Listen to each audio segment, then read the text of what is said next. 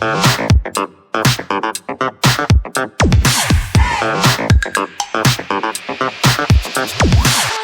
folks, this is Jeff from This Week with JTT. And believe it or not, I'm about to start off by watching on Peacock Diddy, the making of a bad boy. Yeah, seriously.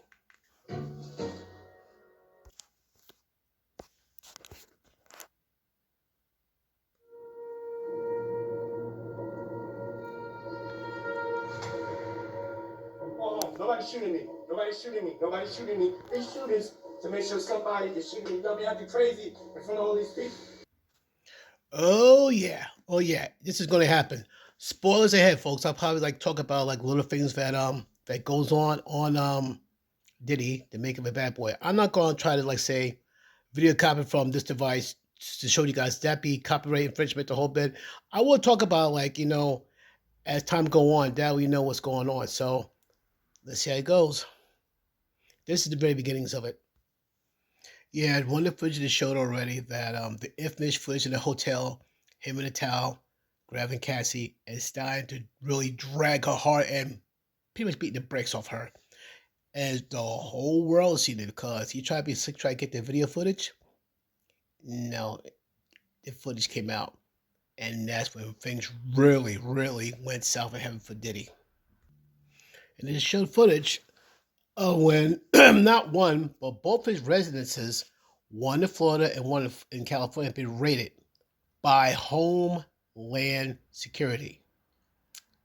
When you get raided onto your properties by Homeland Security, you must be one serious Avengers level threat to society. One of the names you've already seen already is the legendary R&B singer. I'll be sure. I think he's one of the founders of Uptown Records. And how he almost got taken out, supposedly by Diddy. And unlike the other victims, he survived. Yes, he survived what taking out Kim Porter and a few other people. Diddy is one dangerous man.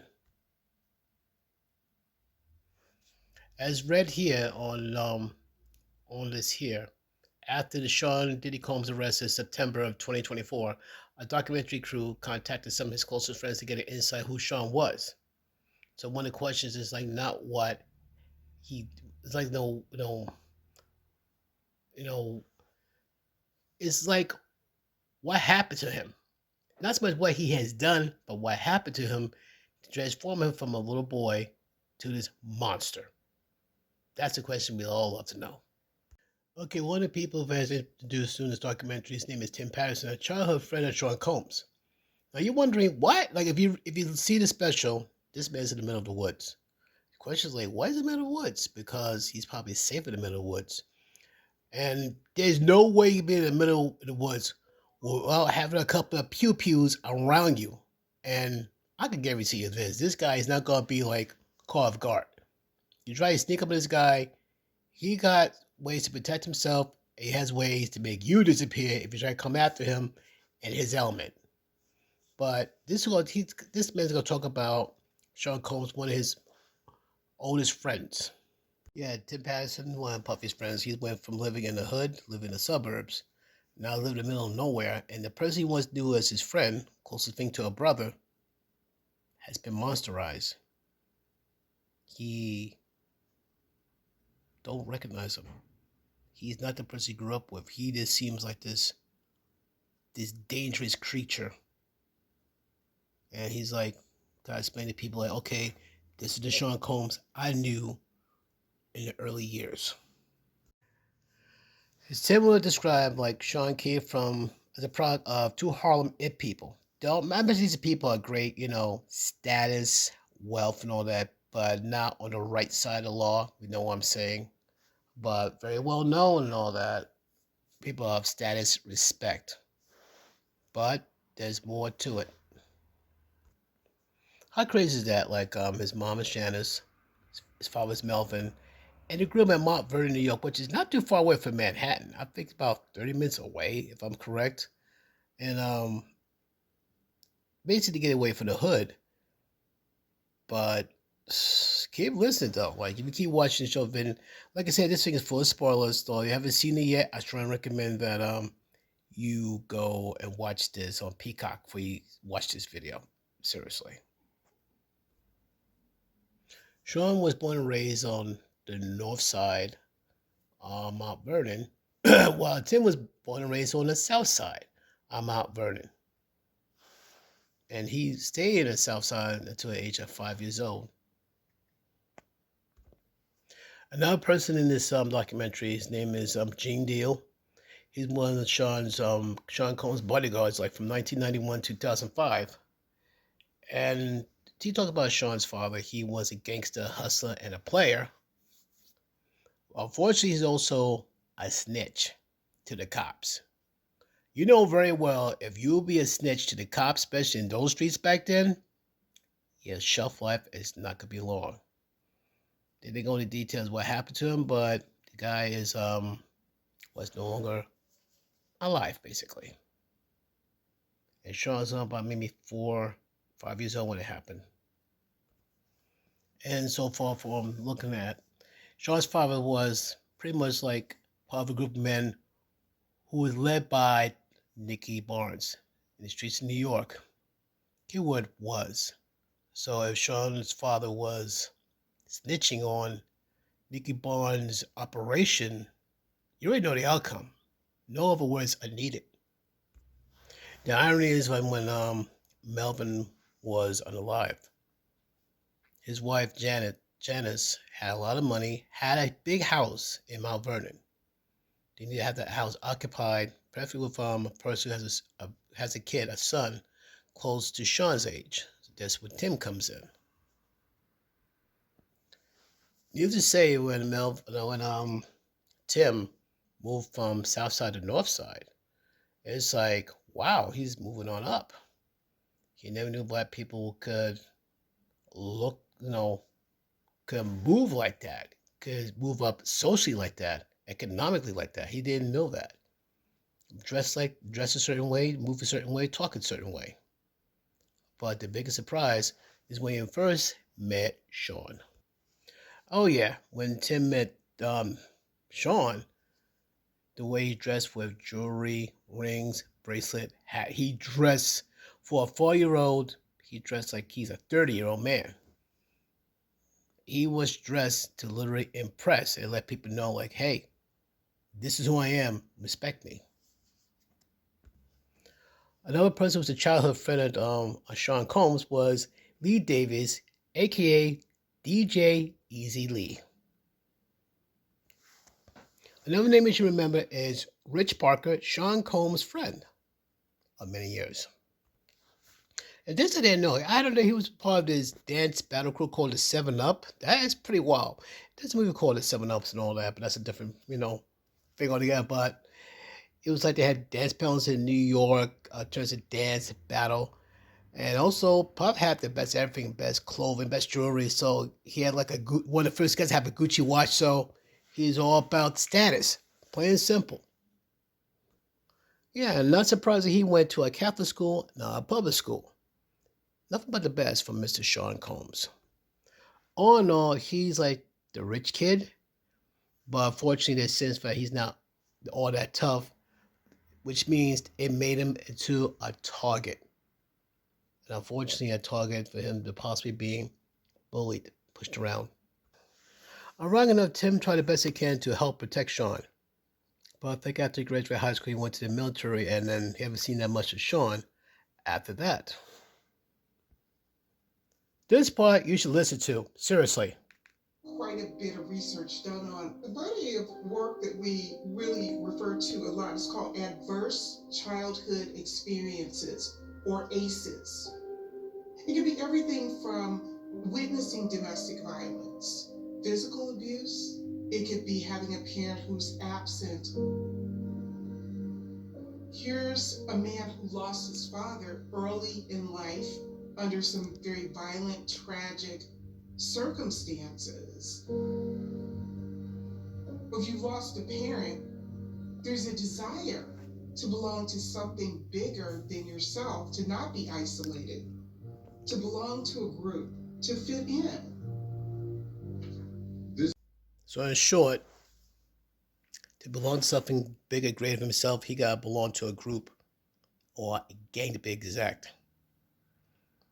And it's called Same Gang, which got started in 1989. Yeah, the only way Puff could join the gang unless he get initiated. Supposed to get toughened up by the other members. That means you will get the brakes beaten off them by gang members. If you survive and don't give up, you're in. That must be a terrifying experience. How's that for crazy? Before Tim went to the military, he was just known as Sean Combs.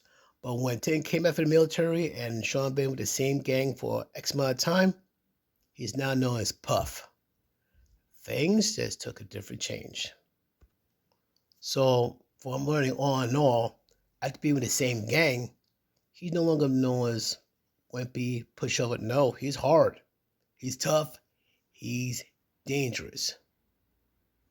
And this is where it starts to begin. As some people learn, Puff's need for power is not just intoxicating to him, but extremely addictive, and you're always craving more. No hard drugs compared to the addiction of power. And when it comes to that, Diddy was an addict, a total junkie when it comes to power. Things just got interesting. Ariel Mitchell, civil attorney. She's one of the attorneys who filed lawsuits and other things against Sean Combs. Oh boy, this is gonna get good. Like I said, folks, I would love to show you all this on Peacock, but I don't want to hit any copyright things. But I can say if you tell you the fact she does her appearance to like, yeah, this is got interesting. Yeah, Ariel said that Sean possibly harmed hundreds, possibly harmed thousands of people. And so far, people are ready to come forward and speak their piece about him. One of the name is Ashley. She's an alleged victim of Sean Combs.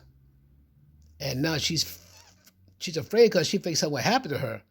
Despite the fact Sean Combs is in prison, or at least the MDA, the Metropolitan Detention Center, she's scared, which is understood. So far, this special is getting good. Really good.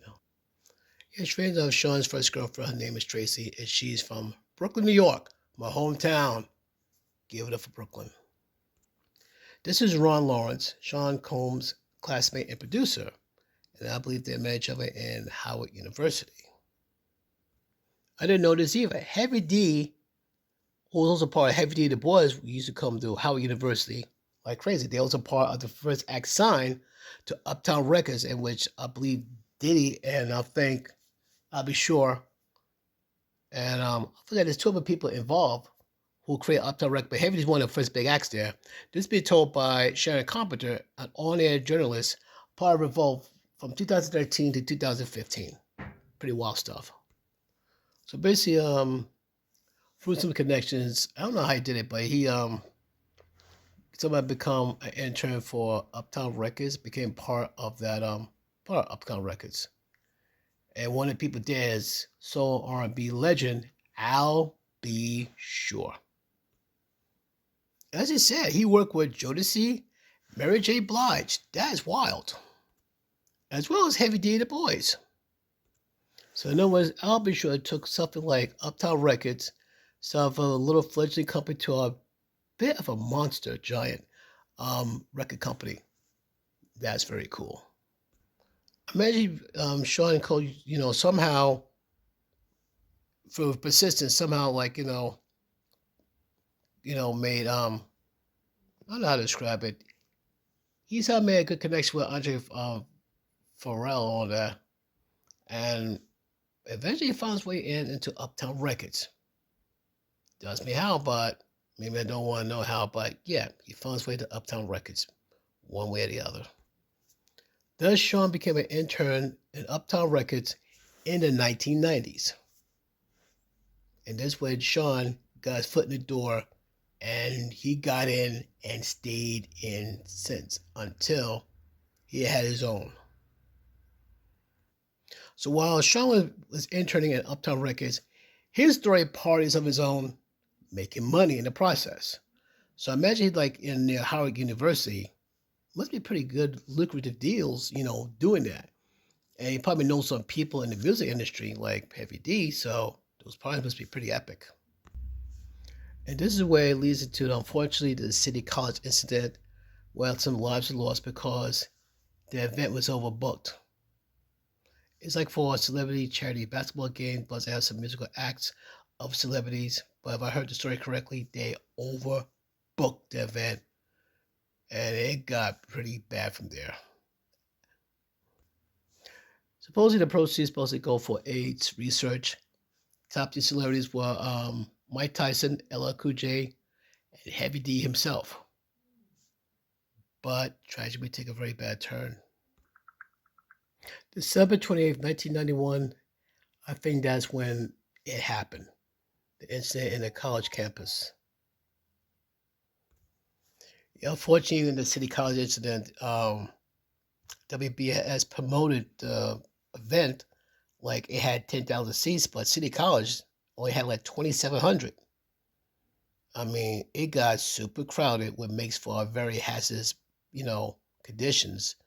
And a lot of people got trampled. A lot of people got crushed. Some lives were lost, unfortunately. Yeah, they had T-shirt other people who died at City College back at 1991. That's so sad. So sad. People claim that Sean Combs tried to save lives, but one person said Puffy didn't do any saving of anybody. But even some say the moment you try to save Sean Combs or try to save people, it's a lie. Funny thing is, Sean Combs wasn't charged with anything criminally, but he was charged with lawsuits. And the funny thing is, it won't be the first time he got hit with lawsuits. It'd be almost like something that you have to expect. Still, so many lives got broken and lives taken because somebody, overbooked the event. It wasn't just him. I think Heavy D, he bears some responsibility, but Sean was like the main promoter of the City College tragedy. It's kind of weird though. One of the people, Sonny Williams, had a sister, Sonia Williams, who died in the City College tragedy. And Sean Combs was, of course, people hit with lawsuits from all the grieving families. Now, Sean Combs advised something to the BMG company and offered him $50,000. Meanwhile, Sean Combs was worth over, I think, $40 million at the time. So I remember looking around the office. So let me get this straight. Sean Combs was making worth $40 million, got gold, platinum plaques all over the place. And when somebody questions, say, well, $50,000 is very generous. This man lost his sister, especially after Sean Combs gave her a ticket to go to that event that got her killed. And the best she could come up is $50K. And Sonny, understandably, is ticked off. That's the ultimate slap in the face. That man had every right to be ticked off. Now, Sonny was mad, but keep in mind, Sean Combs claims a good donation, good generous donation, but he don't want to be about money. He's like he'd take it, but he didn't want to hear something about his sister and money in the same sentence. So Sonny reluctantly took the money.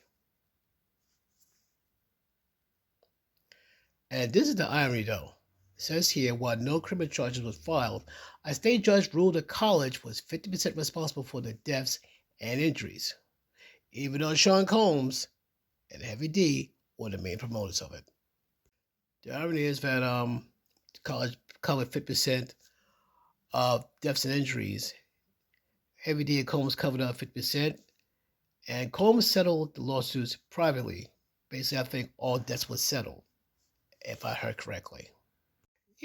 Sean Combs on video saying he would never overbooked, never outsold it, and that's a huge lie. WBLS, promoted like it's a 10,000 seat affair, and meanwhile, it barely had they only have 3,000 seats, and a lot of people were hurt. A lot of people, suffered. Some people lost their lives, and to this day, he has yet to own up to that mistake. He's yet to own up to what he did. To this day, he don't want to admit he's wrong whatsoever, and that's one of the few things that people will hold against him because of that, especially the victims of those who got hurt or got killed. For the record, folks, spoilers up ahead. If you haven't seen Diddy, The Making of a Bad Boy, I recommend you stop what you're doing. If you have Peacock, go to Peacock and look at the whole plus 90-minute plus thing called Diddy, The Making of a Bad Boy, so you know what I'm talking about. You probably look at this video and like, what is Chef talking about? I said best of it. No. Look at the video, Diddy, The Making of a Bad Boy, so you know what I'm talking about. That's why I said spoilers, folks. Spoilers up ahead. Now we have I'll be sure to talk about the first time he met Kimberly Porter, his soon-to-be wife and ex-wife. And I think in a way I kind of wish for those two stay together. Had Kimberly Porter stayed with Al B. Shore and not get involved with Sean, I strongly believe she would still be alive today. It wasn't long before Al and Kim got married, had a kid named Quincy. And I'll, pull some trades to have Kim work at Uptown Records. It's good to be the king. It's kind of weird. Sean Combs had a girlfriend, her name's Misa, but he was eyeing up Kimberly. You know she had a baby? Didn't care. He said, I wish I had a beautiful woman like that. And Al said, you did. Misa.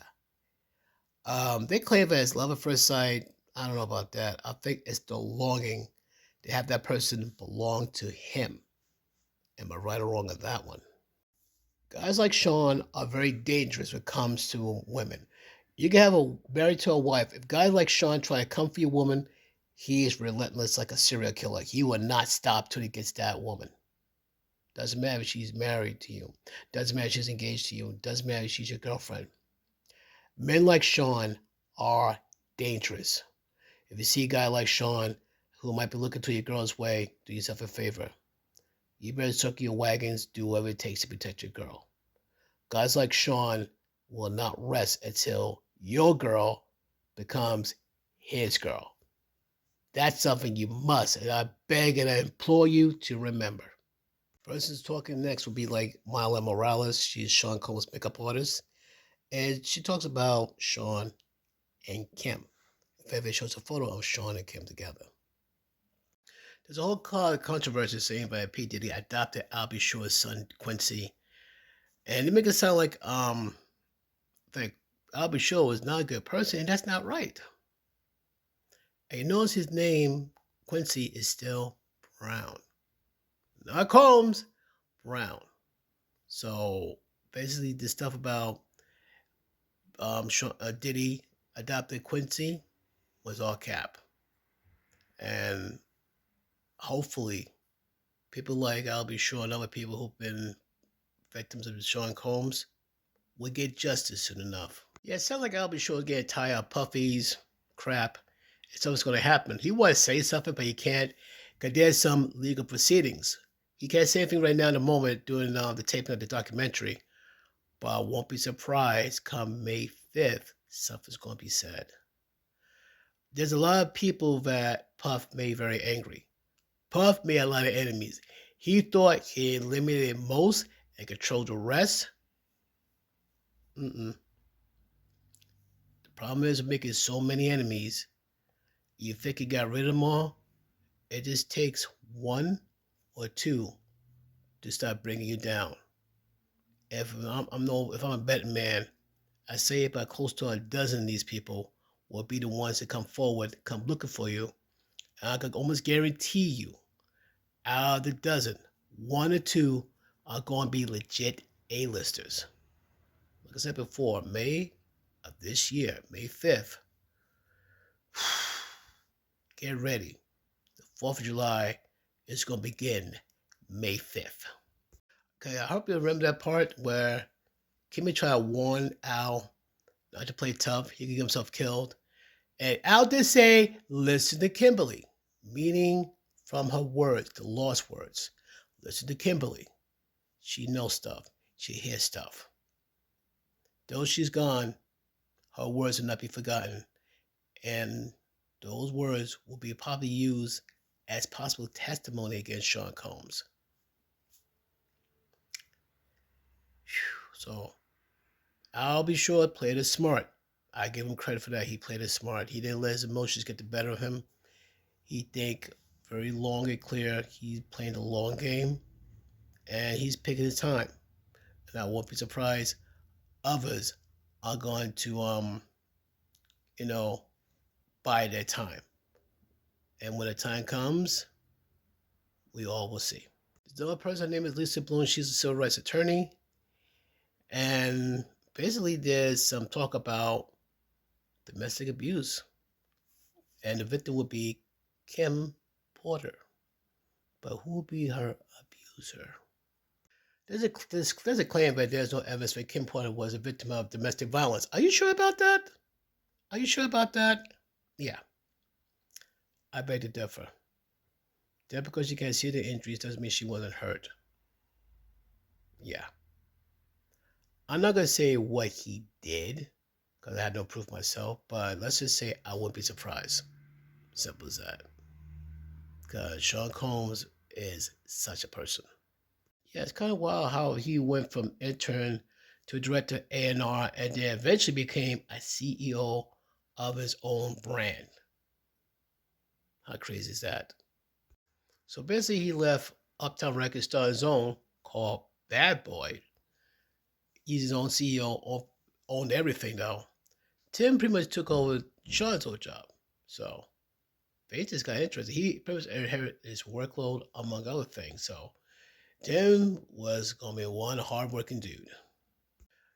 Right off the bat, when he started Bad Boy Records, one of the top guys is, of course, Biggie, Notorious B.I.G., and Craig Mack. Two very big hitters on his roster of superstars. That's just the start of it. And his legend grew and grew. Probably the most well-known photographed black men. And at the time he wasn't 25 yet, he blew up in ways didn't see it coming. I remember those times where he was Biggie. Yeah, he was big, but after Biggie died, he grew even bigger. But there's more. All that money means power, but there's a problem with having all that power, especially absolute power. That's the same thing goes that absolute power can corrupt absolutely. Okay, there was like a phone interview with somebody who demanded to have their voice altered. And it's like, why is that? Because the last 3 decades, Sean Combs had people hurt. In other words, he hired somebody to handle a problem, if you know what I'm saying. Okay, this I didn't see coming. Supposedly, according to this here, it says this footage has never been seen. So I'm gonna check it out right off the bat. I'm not gonna show the footage, but I'll let you know what it's like. Hang tight. Apparently, a former employee of the Bad Boy, a former Bad Boy employee, pretty much spilled the tea about how dangerous Sean Combs can be. Like I said before, absolute power can corrupt absolutely, and he evolved from being like this so-called famous man to a very crazy, dangerous man. Whatever he wants, he gets, and he do anything to anyone at any given moment. Hence why the former employee chose to be very anonymous for the sake of his friends and family. There was a footage of Sean Combs talking to Charmaine, the so-called God. I'm not gonna call a guy God, cause he's no God. Charmaine, yeah, whatever. Let's go call him Charmaine. But he gave an interest to Sean Combs, and he just became, I think, a music mogul now, if I'm correct. So basically, if I heard correctly, if people feared him, they respect him. So Puff got become this literal horrible monster. Yeah, that sounds about right. First thing you're gonna be seeing as well will be Sarah Rivers. She was in MTV, the maker of the band too. I remember that show going way back. And at first Sean Combs was not involved, and later on he was involved. That is pretty crazy. But I'm not gonna say anything forever. I'm gonna let you, like I said, if you haven't seen it yet, check her out. What she had to say on that in terms of Sean Combs. Did you know he made some very scary threats against that band from the making of the band? Yeah, that's in the special as well. All remember those. These crazy demands for tough man and these kids. Go get me a cheesecake in Brooklyn, walk home. The only good cheesecake place I could think of is Junior's. They got some good cheesecake. No lie, they got some good cheesecake. But you gotta make them get that and make them walk home? Yeah. To say it's crazy is being polite. Let's just say that one part talk about how Sean Combs showed his one former bad boy employee something on his phone. Two people doing something. He said that's what people have to do to reach the top of the one do in terms of music industry, or it could be entertainment industry. And once again, I'll look back and I'm glad I'm not, trying to get into movies or TV. I'm glad I'm not because the price is way too high to pay. Way too high. According to the caption here, the allegations raised by this former bad boy employee have not been proven in the court of law. This person is not anxious to say anything because of the repercussion or any reprisal will come against not just him but his friends and family. So he don't want to take that chance, which I understand that. Next person you're gonna hear about is Dawn Richards, and they help her produce two different bands. But if I hear correctly though, Shop Fiction filed suit against him about how she got denied food, water, among other things, which means she probably got denied money on top of it. So once again, very aggressive, coercive moves against people to maintain his power. This is once again Sarah Rosen from MTV's Making the Band 2, and this incident involves Diddy and her. Yeah, like I said, you really got to see this special. It's wow. Sounds like that Diddy kind of violated her, and she been kept quiet for so many years and built up by the time she started speaking and came pouring out all that emotion. It's easy for people to come forward though, especially in the music industry, try to make it. And they pretty much like, how do you describe it? You got one lone soldier with an M16 machine gun and a regular standard pistol, maybe a couple of hand grenades, and you gotta fight Godzilla. Yeah, those odds. Not good, not looking good in your favor. Many talk about they would try to say something against someone of that power. Many would try, but only very few would have the courage to at least try. Facts. Now we talk about how Diddy moved to the Hamptons to have one of his first white parties, the after party. After party, yes, drug use is involved, unfortunately. Among other things, that is very sus and questionable. Oh my goodness, yeah. The after party, I caught a glimpse of some of it. I'm surprised they showed on Peacock. Yo, folks, you gotta see this. All I'm gonna say, go to Peacock, look up Diddy making a bad boy, especially the white party. Yeah, it's getting pretty dicey. And this is where it comes in. This caption reads here, like in 2023, Sean Combs' former girlfriend, Cassie Ventura, accused him of sex trafficking women in drug-fueled orgies known as freak-offs. This would be the first time that word had been known, heard time and time again, and wonder who's involved in it. What big names are involved in it. And in fact, I'm seeing right here on Peacock on this documentary, and just so you know, folks, this won't be the only documentary. More is coming after this. I promise. And I think Cassie Ventura, accused me of that, and it'd be taken to court. Wow. Like I said, I won't be surprised if Cassie get drugged into court again about the Diddy case. Won't be surprised if she get dragged in again this coming May. I see a picture of two women with the faces blurred, and I'll be getting one who I think it is. Yeah. Let's just say that one person as she went with Diddy. I'm not 100% sure. I can't say the name. I speculate. I could be wrong by a mile, but I wonder. Folks, if you see what I see, you be going like, yo, that's crazy. And somehow,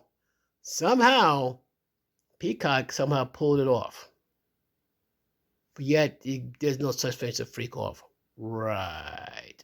You got naked women you can eat off of. Heard of it? they actually have it.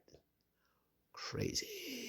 Of course, you got Diddy's attorney, Mark Agnifalino, saying like, we're gonna fight this case for everything we have as he, and everything eventually gonna be shown to be innocent. Dude, it's a Roman orgy. Are you serious? I mean, if this thing is what I think it is, it's gonna be bad. This is like modern day Sodom and Gomorrah on every level. You see, former employee supposedly get close with this dude. Got this bad boy gear, blood in, blood out, meaning that you don't know you get out unless you're dead. That's some hardcore gang stuff right there. And this is the person that's testified saying almost every Diddy party turns to a freak off at one point. Yeah, I want to keep that in mind. I'm gonna say I'm gonna see some more exclusive footage. I want to see like how deep this rabbit hole goes and how dangerous it's going to get. So here we go. If I heard this correctly, he went in a room alone with two females under age. Where are the parents? How did the parents allow the kids to go to a karaoke bar? And this is not saying Combs is not guilty, but the parents, they're guilty for letting the kids out of their sight. The parents just as complicit as Diddy. And of course, in response to production's outreach, attorneys for Sean Combs stated, in court, the truth would prevail that Mr. Combs had never sexually assaulted anyone, adult, minor, man, or woman. Of course they're going to say that. Pretty much, he'd been around pimps, pushers, prostitutes, thugs, all sorts of undesirable people. Basically people you don't want your kids growing up around. But Puffy got exposed a lot around that. He was put in a very, despite he supposed to be in this house, supposed to be safe away for the major craziness of this big city, it came to them. It's kind of funny, he was raised to be away from the hood, but the hood came to them and then messed him up. The monster was being created underneath everybody's eyes. Another one, her name is Ashley. She's another alleged victim of Sean Combs. She didn't want his face seen and all that, and she's been a recluse for 6 years because she's afraid. I can't blame her. You got a literal monster with wealth and power you got to worry about. Supposedly one other victim from P. Diddy was raped. Yeah, raped by P. Diddy and other associates. Like I said, May 5th cannot come soon enough. You think Diddy ran his empire alone? Think again. One of the people who helped run his criminal empire is his right-hand woman known as Christina Quorum. She's his right-hand woman. That one who helped run the empire, this one's name is Shane Pierce. He's like a recruiter of all the women for Diddy. Question is like he got mostly normal women or underage girls? Good question. Yeah, according to Ashley, she was invited by Shane Pierce, one of Diddy's henchmen, so to speak, by the Shane's place. You know, because she hung with Diddy already. Then with the Shane's place, had some water. I suspect the woman was drunk because the moment she took a couple of sips, she feels very uneasy, wobbly, which tells me that water has been drugged. I finished completely watching Diddy, The Making of a Bad Boy. And I can say this. Some say that monsters are made. The fun question, like, what exactly happened that put him on that dark path? People say it's Clive Davis. No. P. Diddy was already, Sean Combs was already a messed up character before he met Sean Davis. It's like, there's a difference between like Sean Combs and Anakin Skywalker. Anakin Skywalker was a good kid. The only mistake I saw that Obi-Wan Kenobi's former master made a mistake of trying to make him to a Jedi, but he had like a lot of issues in the past. Instead of addressing that and leave him be and have somebody else address his issues to help him, he made it to a Jedi, making bad things worse. Or maybe is he exactly like Anakin? Maybe he had, and you think about Let me rethink that right now. I gotta take that back. You know what? I gotta take that back. Agin was a good kid. He had a lot of painful issues at back. He was still angry, upset, and more like fearful. I think the word fear comes to mind. Fearful and not happy that he was a slave, him and his mom. But so was Diddy. Especially he lost his father at a very, very, very young age. It is like there was no one there to really guide him and protect him. Yes, his mom could protect, could nurture, protect him, but his father was there to guide him and protect him from the very dangers of the outside world. He had to face him alone. Don't get me wrong, he had one or two people to help him, but there's no constant hand to guide him in the right path. And unfortunately, he made a lot of bad turns, which in turn created this unholy monster known as Sean Puffy Combs, or Diddy. And like I said, it risks to sound like giving us spoilers, but this one lady, this attorney lawyer, compared Diddy to Lucifer. He started off as an angel of light until he got full of himself and got cast from heaven. Right now, that man was on top of the world, talking to town. But right now, he's still talking to town, all right, but not in a positive way. He went from being in really 2-3 mansions in 2-3 states, not being in a single cell in Brooklyn, New York, Metropolitan Detention Center. With a trial looming ahead of him, May 5th of this year. Now, he swears he's innocent of all things, but I don't see that happening. But I will say this. Some of his closest friends, I doubt to get involved. That bodyguard of his, I'll put this way, folks. I'll put it to you like this. If I got picked the most unlucky person that has something to do with how this case is going to go, especially against him, that bodyguard is one of them. He knows there's a target on his back, but he's saying, he been talking about it going way back. Ben talked about it. And no one took it seriously until recently. Jaguar Wright, Cat Williams, Ben talked about this. Years ago, they thought they were crazy. Until recent years.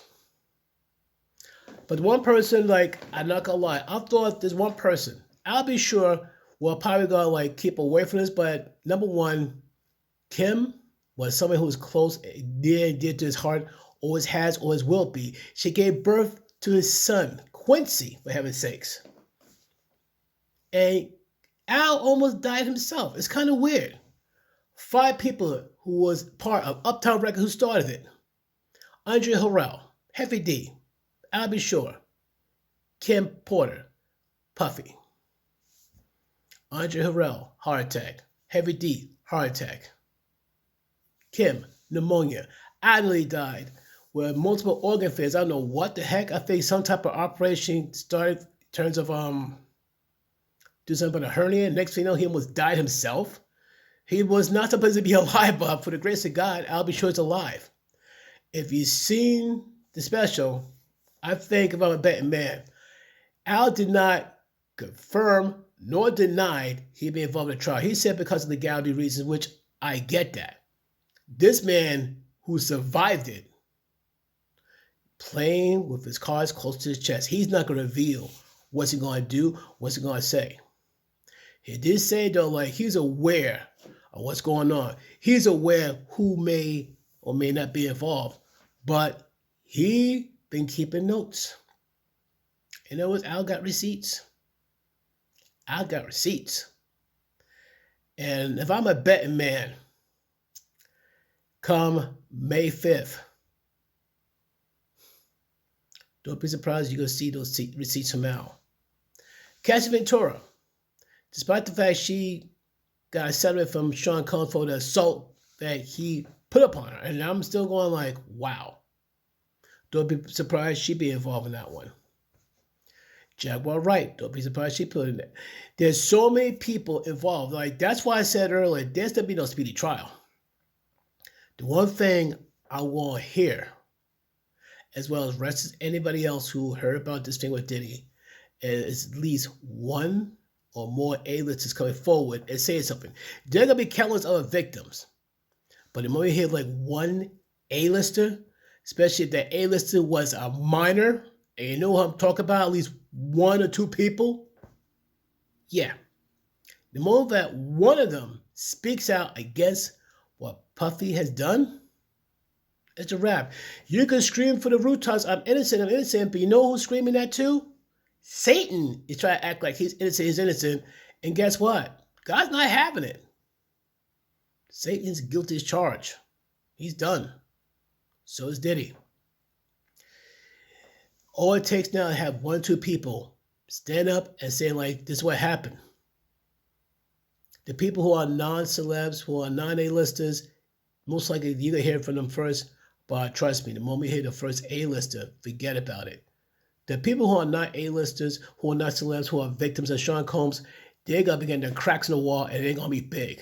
But the moment the first A-lister speaks up, and especially that person was a minor when it got started, game over. That'd be the beginning of the end in a way you can't begin to imagine. So, like I said, these are my final thoughts and opinions of Sean Combs, especially the special Diddy, The Making of Bad Boy. I say, if you haven't seen it yet, I strongly recommend you see it on Peacock where you can. What's your thoughts on it? Let me know in the comments down below. Peace.